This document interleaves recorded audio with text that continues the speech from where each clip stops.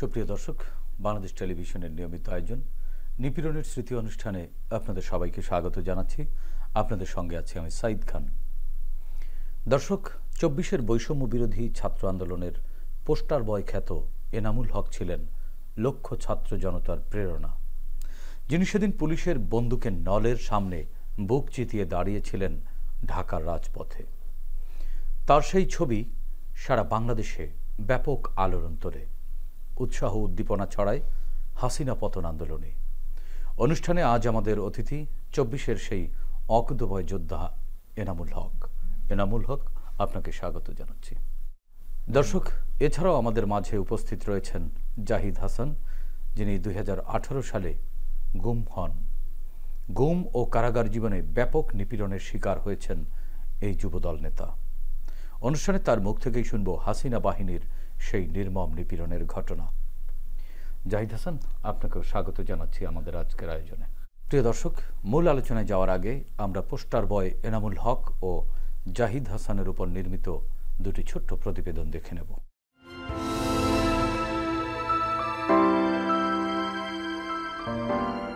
তার পরিচয় ২৪-এর বৈষম্য বিরোধী ছাত্র আন্দোলনের পোস্টার বয় হিসেবে। আন্দোলনের শুরুতেই যিনি উদম বুকে লিখেছিলেন, কোটা প্রথা নিপাত যাক, মেধাবীরা মুক্তি পাক। হাজারো ছাত্র জনতার মিছিলের সামনে হিমালয়ের মতো দাঁড়িয়ে থাকা প্রতিবাদী সেই যুবকের নাম এনামুল হক। এনামুলের জন্ম চুয়াডাঙ্গার আলমডাঙ্গা উপজেলার বড় বোয়ালিয়া গ্রামে। বাবা মোহাম্মদ এবাদত আলী এবং মাতার নাম খোদেজা খাতুন। গ্রামের স্কুল থেকে মাধ্যমিক পাশ করে উচ্চ মাধ্যমিকে ভর্তি হন ঢাকা কলেজে।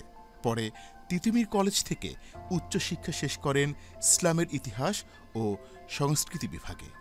২০১৮ সালের কোটা বিরোধী আন্দোলনের সময় এনামুল প্রথম আওয়ামী ফ্যাসিবাদের সঙ্গে পরিচিত হন। সেই থেকে ফ্যাসিবাদ হয়ে ওঠে তার প্রধান ও প্রকাশ্য শত্রু। ২০২৪ সালে বৈষম্য বিরোধী ছাত্র আন্দোলন শুরু হলে এনামুল সবার আগে নেমে পড়েন রাজপথে। বুকের ভেতর ক্ষোভের পাহাড় তার। সেই ক্ষোভ প্রকাশ পায় উদম বুকে, সাদা কালির উন্মাত্ত স্লোগানে। তিনি হয়ে ওঠেন বিপ্লবের পোস্টার বয়। সামাজিক মাধ্যমে তা ছড়িয়ে পড়লে লাখ লাখ বিপ্লবীর অনুপ্রেরণার প্রতীক হন এনামুল। রাজপথে নেমে হাসিনার পুলিশ বাহিনীর পাশাপাশি আওয়ামী লীগ ছাত্রলীগের নিপীড়ন নির্যাতনের শিকার হন এনামুল। হত্যার হুমকিতে কয়েকদিন গা ঢাকা দিয়ে থাকতে হয়, কিন্তু বুকের ভিতর যার অদম্য দ্রোহ তাকে দমিয়ে রাখা কঠিন। তাই এনামুলকেও দমানো যায়নি। তিনি ফের নেমেছেন রাজপথে। ফ্যাসিস্ট সরকারের বিরুদ্ধে হেঁকেছেন বজ্র হুঙ্কার। স্লোগানে স্লোগানে উত্তপ্ত করেছেন ঢাকার রাজপথ। এনামুলের সেই স্লোগান হাসিনার পতনকে করেছে ত্বরান্বিত। শত জুলুম নির্যাতনের শিকার এনামুলের কাছে তাই এটিই সান্ত্বনা।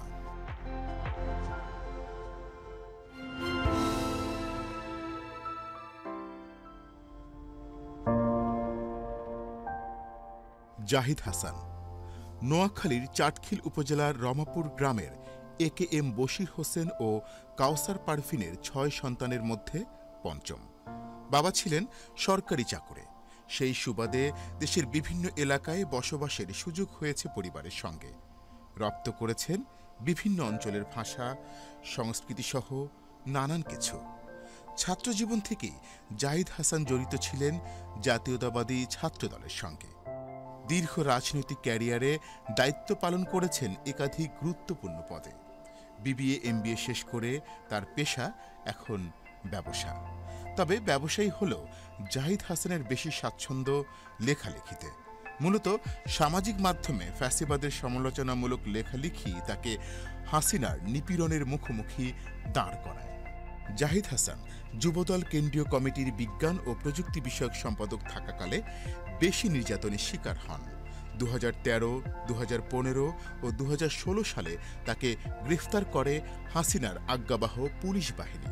তবে ২০১৮ সালে তার জীবনে নেমে আসে সবচেয়ে ভয়াবহ নির্যাতন।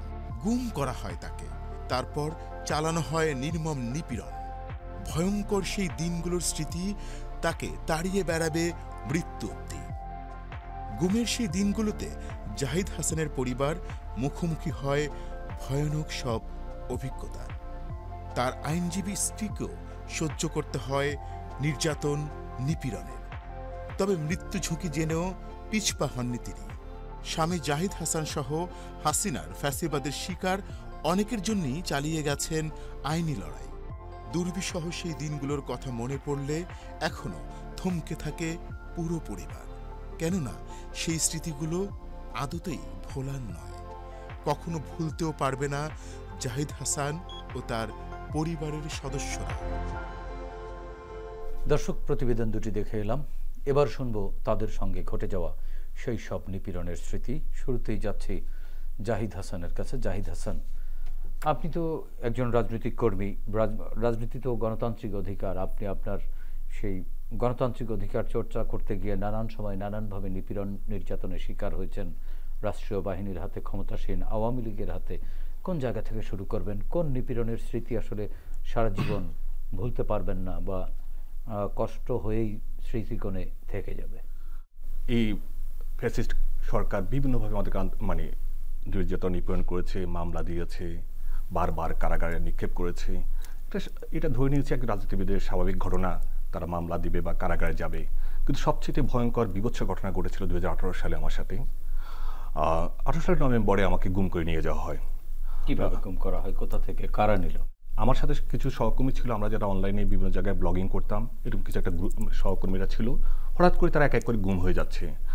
ওই ভয়ে আমিও পালাই যাই এবং পালানোর দীর্ঘ 2-3 মাস আমি বিভিন্ন জায়গায় অবস্থান করি। ওইখানে ডিভাইসলেস অবস্থায়, মোবাইল ছাড়া বিভিন্ন জায়গায় পালাতক অবস্থা ছিলাম। এর মাঝে আমার বড় বোন, তার বাইপাস করতে হবে, তাকে নিয়ে আসা হয়েছে ঢাকাতে নভেম্বরে। কোথা থেকে ঢাকায় নিয়ে আসা হলো? গ্রামের বাড়ি থেকে তাকে বাইপাস করে হার্ট ফাউন্ডেশন। গ্রামের বাড়ি কোথায়? আমার গ্রামের বাড়ি নোয়াখালী, চাটখিলে। আচ্ছা। ওকে হাসপাতালে ভর্তি করলো ন্যাশনাল হার্ট ফাউন্ডেশনে। তখন আমি সিমগুলো লাগাই ব্লাড ডোনারদের সাথে কমিউনিকেট করার জন্য, সার্কেলের সাথে কমিউনিকেট করার জন্য। নভেম্বর 3 তারিখ ওকে বাইপাস করা হলো। এরপরে আমি এক বাসায় আসলাম রাতে 3টা বাজে। হঠাৎ করে আমাকে মানে ঘুমিতে উঠে দেখে যে চারদিকে অস্ত্র তাক করা অনেকগুলো লোক। মানে বাসাতেই? বাসাতেই, অন্য বাসায়, আমার বাসায় নয়, অন্য বাসাতে। আচ্ছা আচ্ছা, সেটা এটা আমার স্বাস্থ্য বোনের বাসা। এটা বড়বাগে, মিরপুর বড়বাগে। রাতে 3টার দিকে হঠাৎ আমি ঘুমাচ্ছিলাম, ঘুমের মাঝে ধাক্কা দিল, উঠলাম। ওঠার পর দেখি চারদিকে অস্ত্র তাক করা, আমার দিকে যেতে হবে। স্বাভাবিক ব্যাপার, ঘুমেতে উঠে আমি বিভ্রান্ত, কেন কি হচ্ছে। এবং ওই সময় আসলে কারোর ড্রেস ছিল না এবং কারোর নেম প্লেট ছিল না। এই অবস্থাতে মানে বাসার দরজা খুললো কে? দরজা এটা আমি তো জানতাম না, ঘুমিয়েছিলাম। আমি ঘুমিয়েছিলাম। উঠার পর বললো কি যে চলেন, আপনাকে যেতে হবে। বাসায় আমার রিলেটিভরা যারা ছিল, আমার বোন এবং ভাগিনারা, তারা বললো কি যে মামাকে কোথায় নিয়ে যাচ্ছেন? না, ওনাকে যেতে হবে। এবং যেতে হবে সর্বোচ্চ 2 থেকে 3 মিনিট সময় দিয়েছে। এর মাঝে আমাকে টেনে নিয়ে আসলো। ছেড়ে দিয়ে আনতে আনতে আমাকে হ্যান্ডকাপ লাগালো পিছমোড়া হয়ে, এবং তারা সামনে এসে, গেটের সামনে এসে গাড়িতে উঠালো। সঙ্গে সঙ্গে কালো কাপড় দিয়ে বেঁধে ফেললো। বেঁধে ফেলার পর গাড়ি চলছে।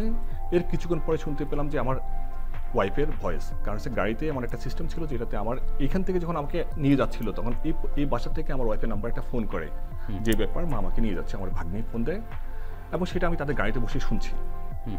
গাড়িতে বসে শুনছি যে ও কান্নাকাটি করতেছে। বা মানে কিভাবে শুনলেন গাড়িতে? আমি জানি না, ওদের কাছে কোনো ডিভাইস ছিল, ওরা ওটা সাউন্ড দিয়ে আমাকে শোনাচ্ছে। মানে ওরা কি ওই বাসায় তখন আইন শৃঙ্খলা বাহিনীর লোকজন ছিল? আইন শৃঙ্খলা বাহিনী যখন আমাকে গাড়িতে উঠালো, চোখ বাঁধা আমার, আমি তো কাউকে দেখছি না, কিন্তু আমি শুধু ভয়েসটা পাচ্ছি যে এই বাসা থেকে ফোন গেল, কারণ কোন টোনটা পাচ্ছি। এবং আমার ওয়াইফ উত্তর দিল, বলল যে মামাকে তো নিয়ে গেছে। তো কান্না করে উঠলো, চিৎকার দিয়ে উঠলো। ও আমার মাকে জানালো। আমার মা ও আল্লাহ গো করে চিৎকার দিয়ে উঠলো। উঠার পরে দিয়ে একটু পর্যন্ত আমি শুনেছি, তারপরে তারা আর শোনায়নি। আমাকে নিয়ে চললো গাড়ি। প্রায় 1 ঘন্টার মতন ড্রাইভ করলো, এদিক সেদিক ওদিক ড্রাইভ করলো। আমি আসলে লোকেট করতে পারছিলাম না, যেহেতু আমি মাত্র ঘুরতে উঠে নিয়ে আসছে আমাকে। আনার পর দিয়ে এক জায়গায় আসে গাড়ি থামলো, থামার পর আমাকে নামালো। নামিয়ে কিছু ইনস্ট্রাকশন দিল যে এই ব্যাপার, খড়মের উপর উঠাও। এই খড়মটাকে আমি ওই সময় বুঝতাম না। দেখলাম কি যে আমাকে নিয়ে গেলো একটা রুমে, নিয়ে যে আমার হাতগুলো উপর দিকে ঝুলালো, হ্যান্ডকাপ সহ উপর দিকে ঝুলালো, এবং একটা কাঠের বস্তুর মধ্যে আমাকে দাঁড়া করালো। কাঠের বস্তু। তাই প্রথমে বুঝিনি, বলছে পায়ের আঙুল দিয়ে দাঁড়াইতে। পায়ের আঙুল দাঁড়াইছি। হঠাৎ করে অনেকক্ষণ, মানে 2 মিনিট পরে দিয়ে যখন মানে পাটায় চাপ দিতে গিয়েছি, দেখি যে অনেকগুলো প্যারাগ। জাস্ট এটা বুঝলাম যে এটা প্যারাগের জুতো, এটাকে এরা খড়ম বলে ট্রিট করলো। তো এখানে বেঁধে রেখে গেল। কিছুক্ষণ পরে সেন্ট্রিরা বলতেছে, বা ভয়েস পাচ্ছে আর কি, এই ঝুলি থাকবেন পা নামাবেন না, ঝুলি থাকবেন। ওই ঝুলে রেখে চলে গেল। কতক্ষণ গিয়েছে মানে এইটা আর বলতে পারবো না, সময় ঘুরে বা 4-5 ঘন্টা পরে হতে পারে। এরপরে নামানোর পর একটা ইন্ট্রেকশন ছেলে নিয়ে গেল, নিয়ে যায় তারা এক এক মানে করে। তখনও কি আপনার চোখ বাঁধা ছিল? চোখ বাঁধা ইন্ট্রেকশন ছেলে নিয়ে গেল, নিয়ে যে প্রথমে আমাকে আমার নাম ঠিকানা এগুলো জিজ্ঞাসা করলো। তারপর মানে তখন তো দিন, কিন্তু আমি তো বুঝতেছি না। আচ্ছা আচ্ছা। আমি তো বুঝতেছি না টাইম ফ্রেমে 3-4-5 ঘন্টা হবে। সো যেহেতু আমাকে 3টার দিকে নিয়েছে, ওখানে যেহেতু 4:30-5টা বেজেছে এবং ফজর নামাজে আজানও দিয়েছে, এটা পেয়েছি। আমাকে ঝুলানোর পরে আজান দিয়েছে, এরপরে ঝুলে রেখেছিল। আর মানে এরপর ঝুলা থেকে নামিয়ে ওইখানে নিয়েছে। ও ঝুলা নামার পর আমাকে নাস্তা দিয়েছে।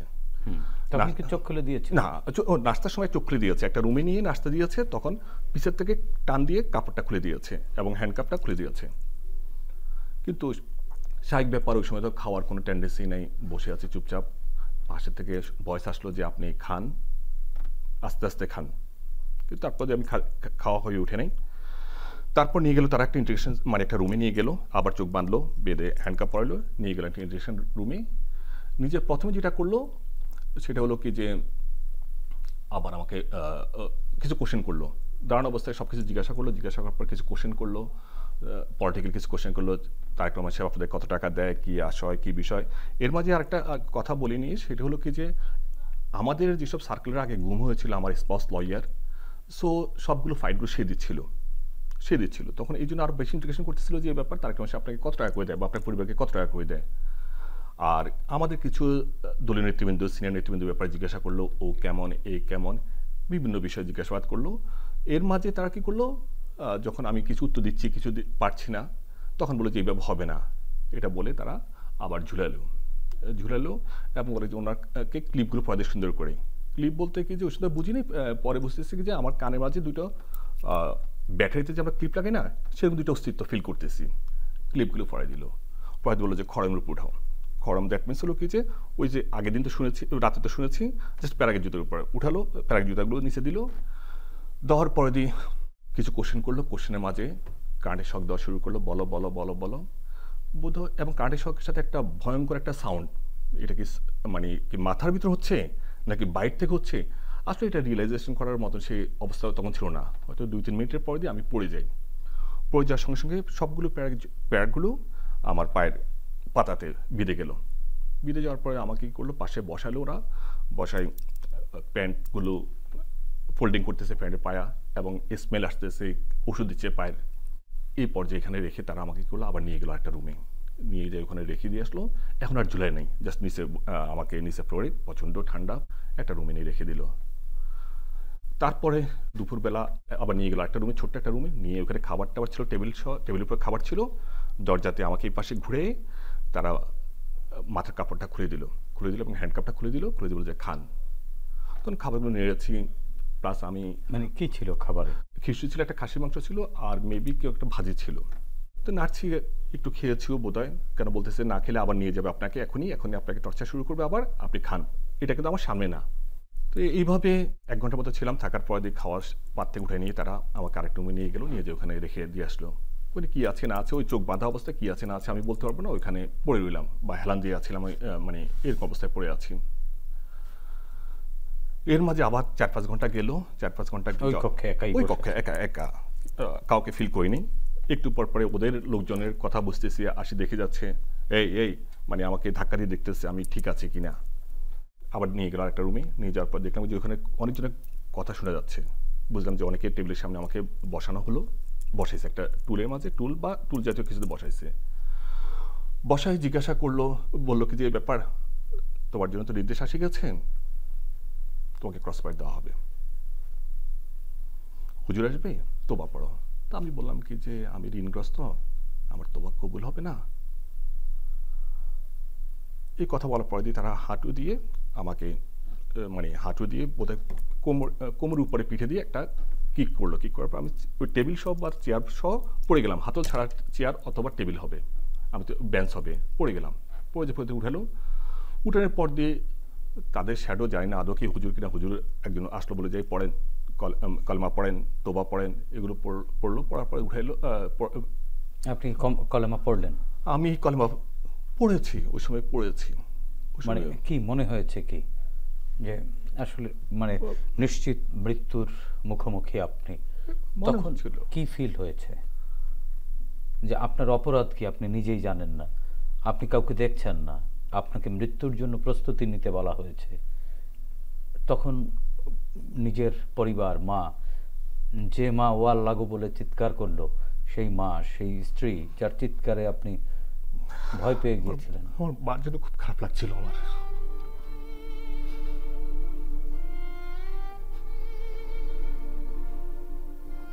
তারপর তারা গাড়িতে উঠালো। মানে আপনি তওবা পড়লেন? তওবা পড়েছি। এবং তখন কি মৃত্যুর জন্য প্রস্তুতি নিয়েছিলেন? আসলে তখন তো পরিবেশটা এরকমই ছিল যে হয়তো এখন শুনবো যে আপনি দৌড় দেন, পিছের থেকে গুলি হবে, ঠাস ঠাস শব্দ হবে, আমি মাটিতে পড়ে যাব। চারদিকে পরিবেশটা এরকম ছিল। বা ওই সরকার তো এরকমই গল্প কাহিনী পত্রিকা আসতো যে আমি মানে সেই পুরনো খবরগুলো যেগুলো আপনি একটা মানসিক প্রস্তুতি যে কালকে আপনি খবর হবে, আমি খবর হয়ে যাব, আমি দৌড়তে গেছি অস্ত্র নিয়ে, বা আমি করতে গেছি, দুই পক্ষে গোলাগুলিতে আমি ক্রস ফায়ারে মারা গেছি, বা আমার লাশ নাও পেতে পারে, অনেকের লাশ পাওয়া যায়নি, হয়তো আমার লাশকে করে গুম করে দিবে। এই জন্য এক ধরনের মানে ভয় হচ্ছিল না কষ্ট হচ্ছিল? কষ্ট হচ্ছিল, ভয় হচ্ছিল না, কষ্ট হচ্ছিল। ভয় পাননি কেন আসলে? ভয় আসলে আমি তো অন্যায়কারী না। আমরা তো একটা সরকারের সমালোচনা, সরকার ট্রান্সপারেন্ট হয়, আর সরকার ট্রান্সপারেন্ট জনগণের উপর। রাজনীতি তো আপনার গণতান্ত্রিক অধিকার, নাগরিক হিসেবে সেটি আপনি করতেই পারেন। এক্স্যাক্টলি, এটি সান্ত্বনার একমাত্র জায়গা ছিল।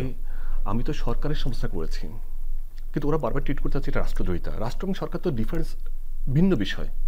সরকার যত সমালোচনা হবে তত সরকার ট্রান্সপারেন্ট হবে, যত সরকার ট্রান্সপারেন্ট হবে যত জনগণ তত উপকৃত হবে।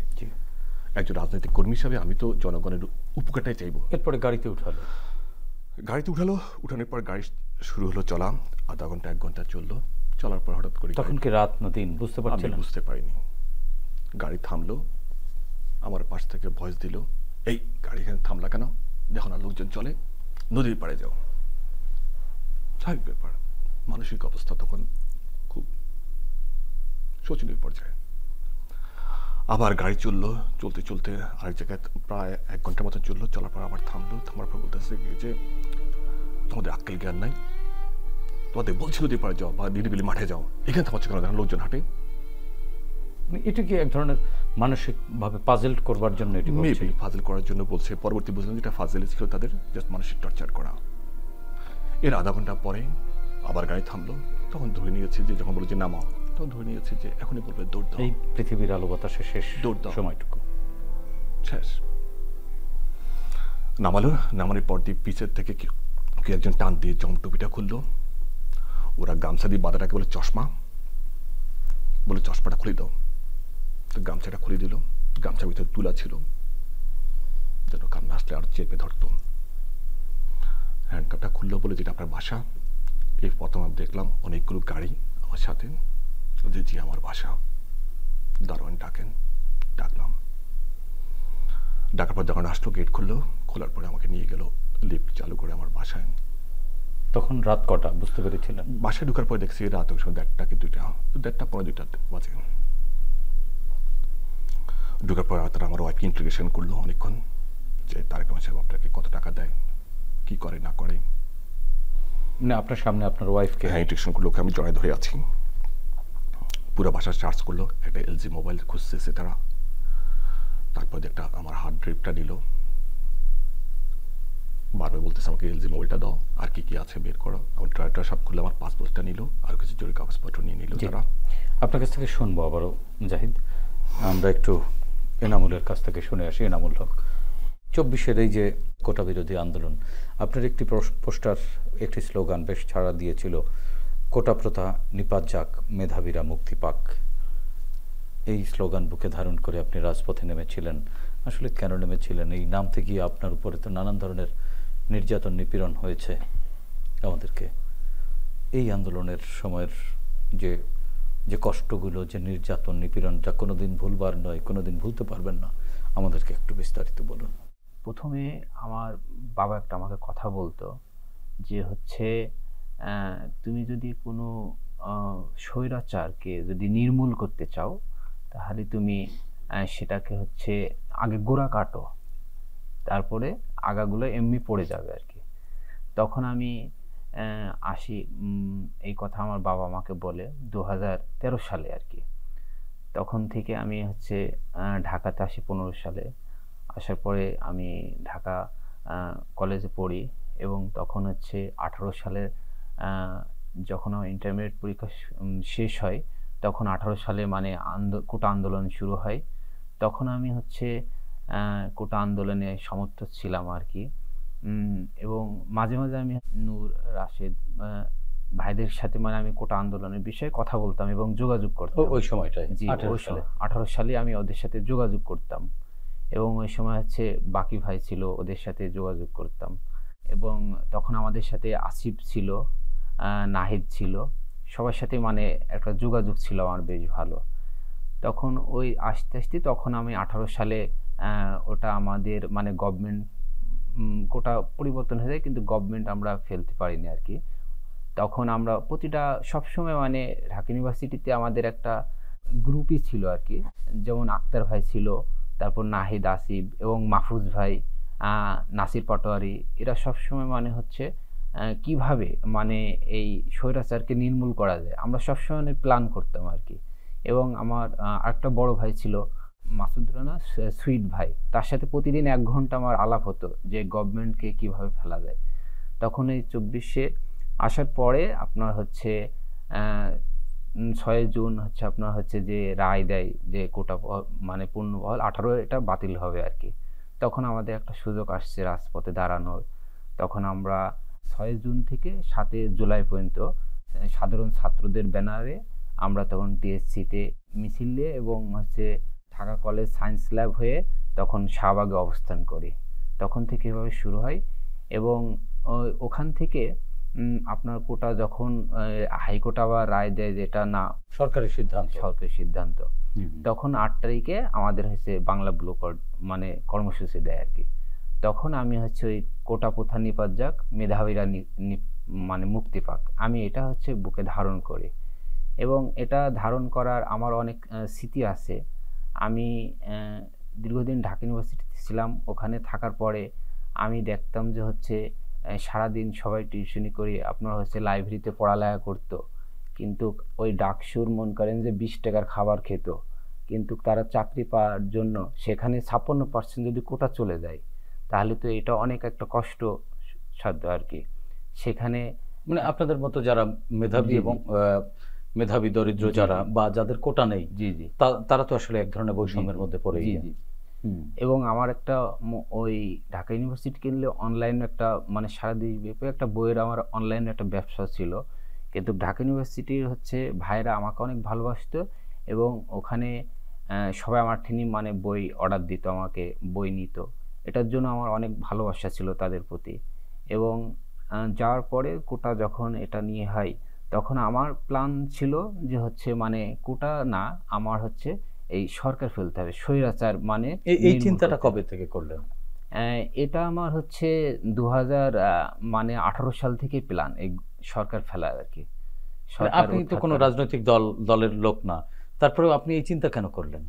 18 সালে যে হচ্ছে নির্বাচন এবং 24-এ যে নির্বাচন হয়েছে এটা একটা একদম প্রতারক মানে নির্বাচন, আর জনগণকে বারবার হচ্ছে তিনারা ধোঁকা দেয়, জনগণের সাথে একটা প্রতারণা করে, গণতন্ত্র নিয়ে একটা প্রতারণা করে। এই জন্য আমি হচ্ছে এই মানুষের যে একটা মানে মৌলিক অধিকার, গণতন্ত্র, স্বাধীনভাবে কোনো মিডিয়া স্বাধীনভাবে কথা বলতে পারে না, মানে রাষ্ট্রের সাথে মানুষের জনগণের বা নাগরিকের যে সম্পর্ক, সেই সম্পর্ক ফিরিয়ে আনা বা ভোটাধিকার ফিরিয়ে আনা বা রাষ্ট্রের সাথে নাগরিকের সম্পর্ক পুনঃপ্রতিষ্ঠা করার চিন্তা আপনার মাথায় কাজ করলো। এই চিন্তা কাজ করতে গিয়ে আপনি যখন আন্দোলনের মাঠে, তখন পুলিশের নির্যাতনটা কেমন ছিল? আপনি কেমন নির্যাতনের মুখে পড়লেন আসলে? 8 তারিখে মানে বাংলা ব্লু কার্ডের কর্মসূচিতে আমি এটা যখন বুকে লিখি তখন হচ্ছে আপনার আমাকে অনেক বিপদের সম্মুখীন হতে হয়েছে। আমাকে অনেক ওরা হুমকি হামকি দেয়, তখন আমি আত্মগোপনে থাকি, আন্দোলন করি। তারপর হচ্ছে আপনার যখন আবার কর্মসূচি দেয় 12 তারিখে, মানে আপনার হচ্ছে শাটডাউন, তখন আমি হচ্ছে আন্দোলনে যাই। যার পরে হচ্ছে আবার হচ্ছে নাহিদ, আসিফ, মাহফুজ ভাইদের সাথে আন্দোলনে যুক্ত হই। হওয়ার পরে যখন হাইকোর্ট আবার রায় দেয়, তখন বলে যে এটা মানেই থাকবে আর কি। তখন আমি খুব টেনশনে ছিলাম যে ওই দিন যদি রায়টা মেনে নেয় তাহলে তো আন্দোলন থেমে যাবে আর কি, এই সরকার তো পতন করা যাবে না। আমি চাচ্ছিলাম যে আন্দোলনটা চালিয়ে যেতে আর কি। তখন হচ্ছে মনে করেন যে 14 তারিখে ঠিক হচ্ছে রাত্রে আপনার হচ্ছে যখন স্বৈরাচারী প্রধানমন্ত্রী শেখ হাসিনা যখন জাতির উদ্দেশ্যে ভাষণ দেয়, ধৈর্য ধরো, তখন আমাদের বাংলাদেশের 16 কোটি মানুষকে তিনি রাজাকার বলে আখ্যায়িত করে। আর এই রাজাকার বলে যখন আখ্যায়িত করে, তখন হচ্ছে আপনার জসিমউদ্দিন হল থেকে প্রথম স্লোগান আসে, তুমি কি আমি কি, রাজাকার রাজাকার। তো এটা যখন আসে তখন এটা বিক্ষিপ্ত হয়ে পড়ে আর কি ঢাকা ইউনিভার্সিটি, ছড়িয়ে যায় হ্যাঁ। আন্দোলনটি। তখন আমি হচ্ছে কুয়েট মৈত্রী হল আর হচ্ছে আপনার ওই মৈত্রী হলে ওখানে যাই, দেখি মেয়েরা হচ্ছে বের হওয়ার জন্য চেষ্টা করতেছে, কিন্তু ওরা বের হতে পারছে না, গেটে তালা লাগানো।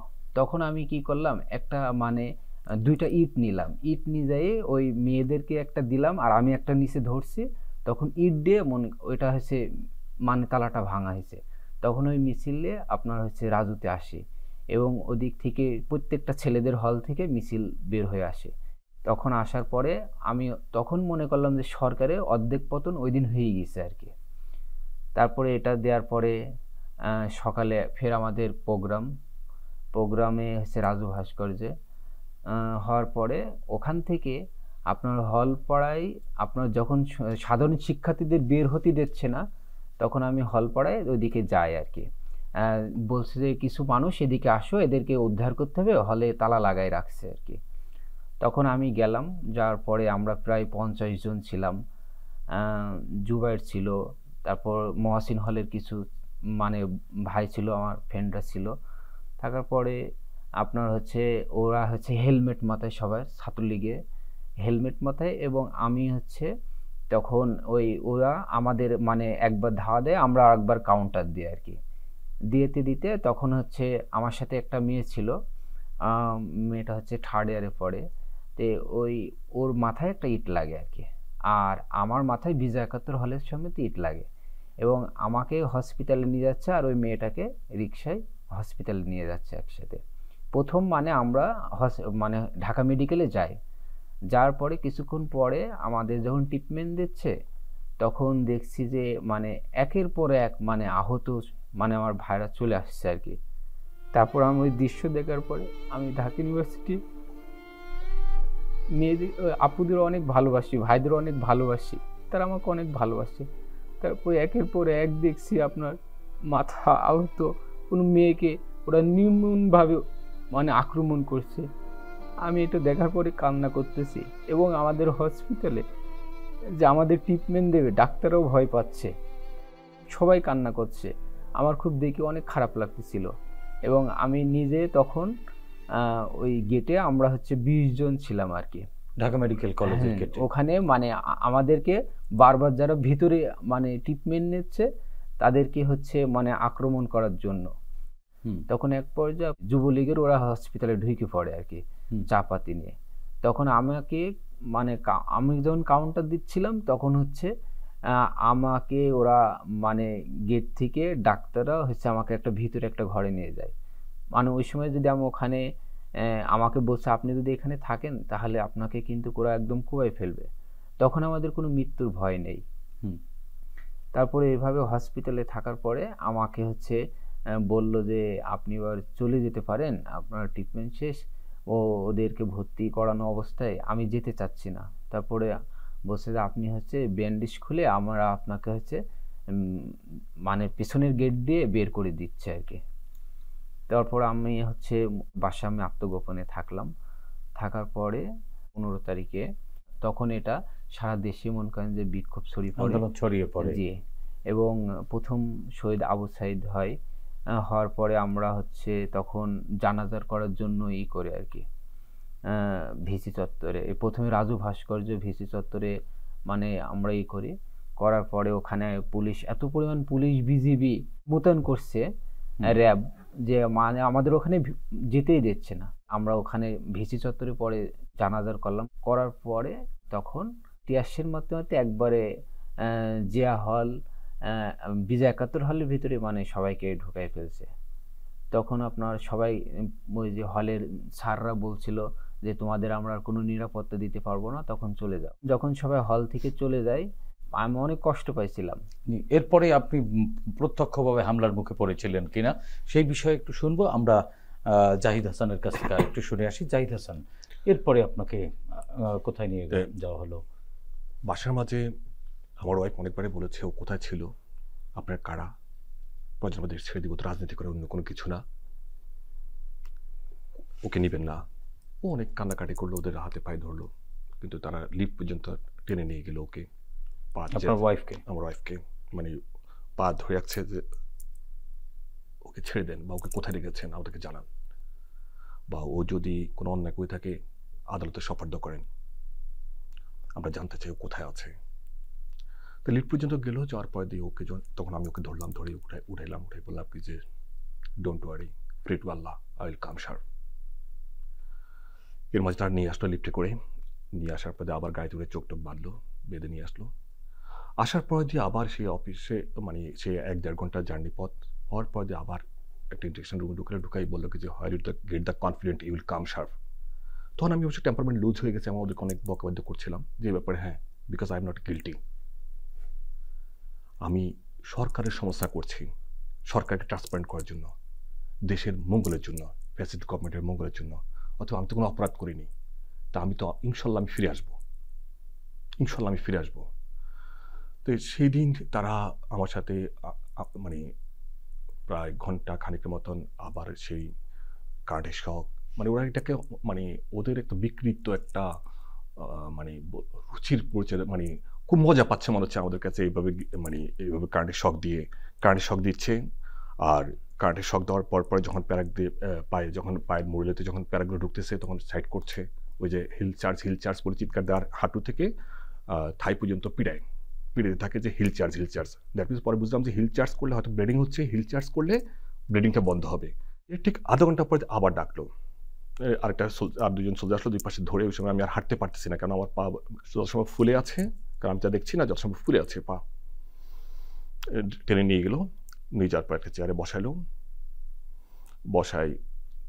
তারা অনেক মানে এই সরকারে অনেক জয়গান গাইলো, গত ফ্যাসিস্ট গভর্নমেন্ট অনেক জয়গান গাইলো, কেন আমরা প্রতিবাদ করি, কেন কি হয়েছে ইত্যাদি বলতে পাঠ করে তারা ওই ঘূর্ণমান চেয়ার, যেটা আপনারা দেখেছেন কি যে আয়না ঘরে, সেই ঘূর্ণমান চেয়ারে বসে বেল্ট পা বেঁধে পায়ের ওই যে টাকনিগুলোটা বাঁধলো, হাত বেল্টে এবার বাঁধলো, বেঁধে এটা ঘূর্ণিয়ে দিল। প্রথমে হাত দিয়ে ঘূর্ণিয়ে দিল, পরে অটো ঘুরলো, কতগুলো যায় না, কিন্তু আমি ততক্ষণেই মানে সেন্সলেস অবস্থায় হয়ে গেছি। হয়ে যাওয়ার পরে দিয়ে কিছুক্ষণ পরে আবিষ্কার করলাম একটা রুমে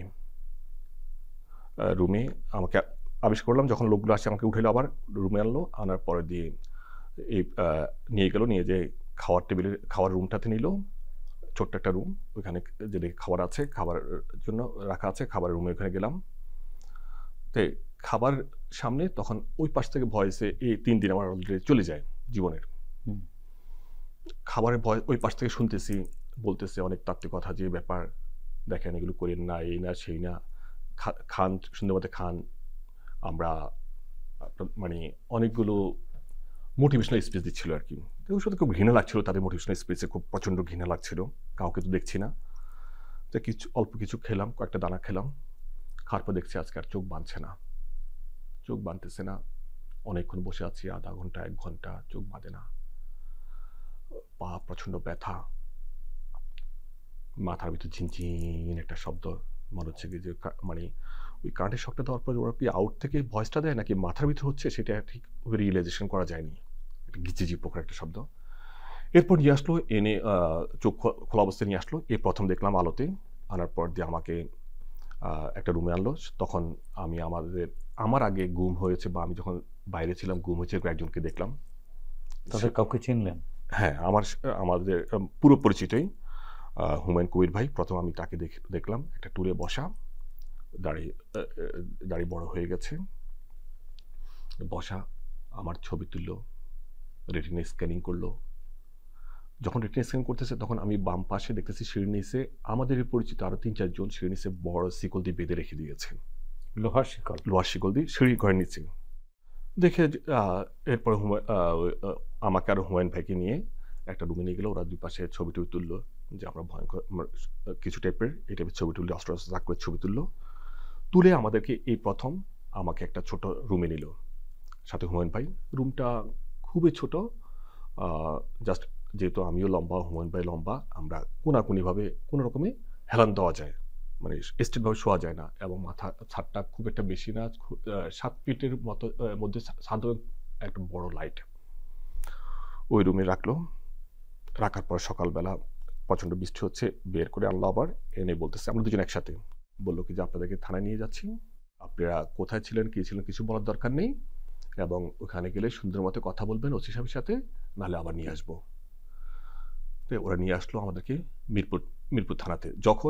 যখন বের করছে তখন দেখলাম কি যেটা কতদিন, এই 4 দিন চলে গেল আমার জীবনের। তখন দেখলাম কি যেটা র্যাব 10, এই প্রথম আমি চোখে দেখলাম যে এটা র্যাব 10-এর সাইনবোর্ড, আমি র্যাব 10-এ আছি। নিয়ে এসে তারা আমাকে আর হুমায়ুন ভাইকে মামলা দিল। এরপরে মিরপুর থানার থেকে কোর্টে পাঠালো, রিমান্ড আনলো। রিমান্ড আনার পর দিয়ে আবার রিমান্ডে টর্চার, দাদন ফকির, ওসি দাদন ফকির অর্থনৈতিকভাবে প্রচুর চাপ দিয়ে অনেক অর্থ নিয়েছে। কত টাকা নিয়েছিল? টোটাল আমাদের থেকে প্রায় দুজন থেকে মিলে প্রায় 2 লক্ষ টাকার কাছাকাছি নিয়েছিল। মানে কি জন্য এই টাকাটা, কিসের জন্য? টর্চার থেকে বাঁচার জন্য। মানে পুলিশ টর্চার করবে না থানায়? কম টর্চার করবে, মানে টর্চার করবে কিন্তু একটু কম করবে, সহনীয় পর্যায়ে টর্চার করবে। এবং তখন আমি আমার পরিবার থেকে জানি কি যে এই ব্যাপার। যখন ওরা জানতে পারলো আমাকে র্যাব 10-এ আছে, তখন আমার পরিবারও এক ঊর্ধ্বতন কর্মকর্তাকে অনেক টাকার বিনিময়ে আমাকে যেন হ্যান্ডওভার করে, এবং হ্যান্ডওভার করবে বলেছে। সেটার জন্য মানে অনেক টাকার বিনিময়ে পর দিয়ে হ্যান্ডওভার করেছিল আমার পরিবার আমাকে। সেটি কত টাকা ছিল? সেটা ছিল 5 লক্ষ টাকা। মানে এই টাকাটা দেওয়া হয়েছিল, এই কারণে আপনাদেরকে পরের দিন আমাকে পর দিয়ে হস্তান্তর করেছে। জি।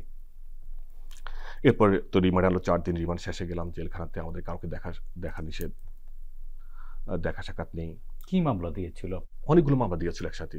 জেলখানা থেকে শুনলাম যে আমার বিরুদ্ধে একটা মামলা হয়েছে, 164 দেওয়া, একজনে 164 দিয়েছে। তখন আমি খুঁজে বের করলাম এই ছেলেটা কোথায় আছে। শুনলাম সূর্যমুখী সেলে আছে। আমি হাসপাতালে, জেল হাসপাতালে সূর্যমুখী সেল থেকে ডেকে আনলাম। আনার পরে দুঃখে বললাম, তুমি আমাকে চিনো? বললো না। তখন বললাম কি যে তুমি আমার বিরুদ্ধে 164 দিলা কেন? তো চিৎকার দুটি জড়াই দিয়ে বলতেছে, ভাই আপনি জাহিদ ভাই? বলছি জি। ভাইয়া আমাকে 31 দিন তার টর্চার করেছে, এই নামগুলো মুখস্থ করেছে। আপনি, রুবিন পারান, শহীদ ইসলাম বাবুল, এই নামগুলো যেদিন বলতে পারবি সেদিন তোকে হ্যান্ডওভার করবো। তো সংসার আমি সেটাকে ক্ষমা করে দিয়েছি ওইখানেই, যে আমি তো দেখেছি টর্চারটা কত ভয়ঙ্কর, কত বিভৎস। কতদিন জেল খাটতে হয়েছিল? আমার জেল খাটতে হয়েছে টোটাল 3 মাসের কিছু বেশি। জি, আপনার কাছ থেকে আবার একটু শুনবো। আমরা একটু এনামুল হকের কাছ থেকে শুনে আসি। এনামুল হক, এরপরে আপনার সাথে আর কি ঘটলো? সবাই নিউজ করছে আমার ছবি নিয়ে, তখন সকল মিডিয়া আমার এই ছবিটা নিয়ে নিউজ করছে, এবং যখন এটা ছড়িয়ে পড়ে সব জায়গায়, তখন আমার এলাকাতে থানা ছিল, থানার পুলিশ আমার বাড়িতে যায়, যার পরে আমার মাকে জিম্মি করে। আমি আমার মাকে বললাম যে ধৈর্য ধরো, মানে আমি এই স্বৈরাচারকে যদি পতন করতে পারি তখনই তোমার কাছে আসবো, আর তার আগে যদি আমি তুমি আমাকে অনেক কষ্ট করে মানুষ করছো, আমি যদি তোমার হক যদি না আদায় করতে পারি, তাহলে আমি তোমার অনেক হক আদায় করার ছিল, কিন্তু আমি আর হয়তোবা তোমার কাছে নাও ফিরে দিতে পারি। আমার সাথে অনেকই আমার পাশে 9 জন মানে শাহাদত বরণ করছে, অসংখ্য মানুষ গুলিবিদ্ধ হয়েছে। আমি হয়তোবা তোমার কাছে আর ফিরে যেতে পারবো না। আমি এই স্বৈরাচারের পতন যতদিন না হবে ততদিন আমি তোমার কাছে যাব না। তারপরে কি করলেন? তারপরে আন্দোলন চালিয়ে গেলাম। যার পরে মাকে ছাড়ালেন কিভাবে? আমার মাকে ওরা মানে বাড়িতে এসে মাঝে মাঝে আপনার পুলিশের রেড দিত আর কি, যে আপনার ছেলেকে ফোন দিয়ে বলেন যে সে যেন আন্দোলনটি সরে আসে। এরপরে আপনি তাহলে ঢাকায় আপনি কিভাবে থাকতেন, এবং আপনি কি সরাসরি শারীরিক নির্যাতনের শিকার হয়েছিলেন কিনা? শারীরিক নির্যাতনের শিকার হয়েছে আমি আমাকে ডিবিতে ধরার জন্য অনেকবার হচ্ছে আমাকে ট্রাই করছে, কিন্তু আমি ওই সময় ফোন সবগুলো বন্ধ রাখছিলাম। মাঝে মাঝে যখন আমি বিভিন্ন জায়গায় যোগাযোগ করার দরকার ছিল তখন আমি মানে ফোন খুলতাম। এবং 22 তারিখে যখন হচ্ছে আপনার রায় হচ্ছে আপনার কোটা যখনই হয় 5% থাকবে আর বাকি হচ্ছে সব মানে রায় যখন বাতিল করে দেয় তখন আমাকে হচ্ছে রাত 9টার দিকে আমাকে হচ্ছে ফোন দেয় আর কি আমার ফোনে।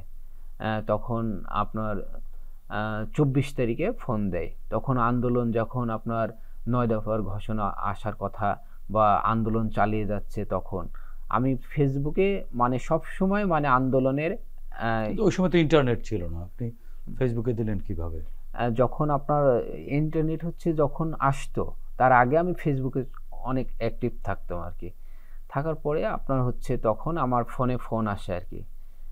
ফোনে ফোন আসে আমাকে বলে যে হচ্ছে এই আন্দোলন হচ্ছে রাজনৈতিক আন্দোলন, জামাত শিবিরের আন্দোলনে পরিণত হয়েছে, তুমি এটা আইসি বলবা যে সাধারণ শিক্ষার্থীদের আর আন্দোলন নেই। তখন আমাকে হচ্ছে বলে যে তোমাকে ধানমন্ডি কে বলে? ছাত্রলীগের হচ্ছে কেন্দ্রীয় সংস্কৃতি সম্পাদক আর কি। তখন আমাকে ফোন দিয়ে বলে তুমি হচ্ছে এখানে আসো ধানমন্ডিতে, আসার পরে এখানে নানক থাকবে এবং ওবায়দুল কাদের সাহেব থাকবে পার্টি অফিসে, তুমি এটা বক্তব্য দিবা যে হচ্ছে বসে এটা বক্তব্য দিবা যে এটা হচ্ছে রাজনৈতিক আন্দোলন, এটা এখন আর কোটার ভিতর সীমাবদ্ধ নেই। তে এই বসে তোমাকে এটার বিনিময়ে আমরা হচ্ছে 30 লক্ষ টাকা দেব আর এনএসআইয়ের এডির চাকরি নিয়ে দেব।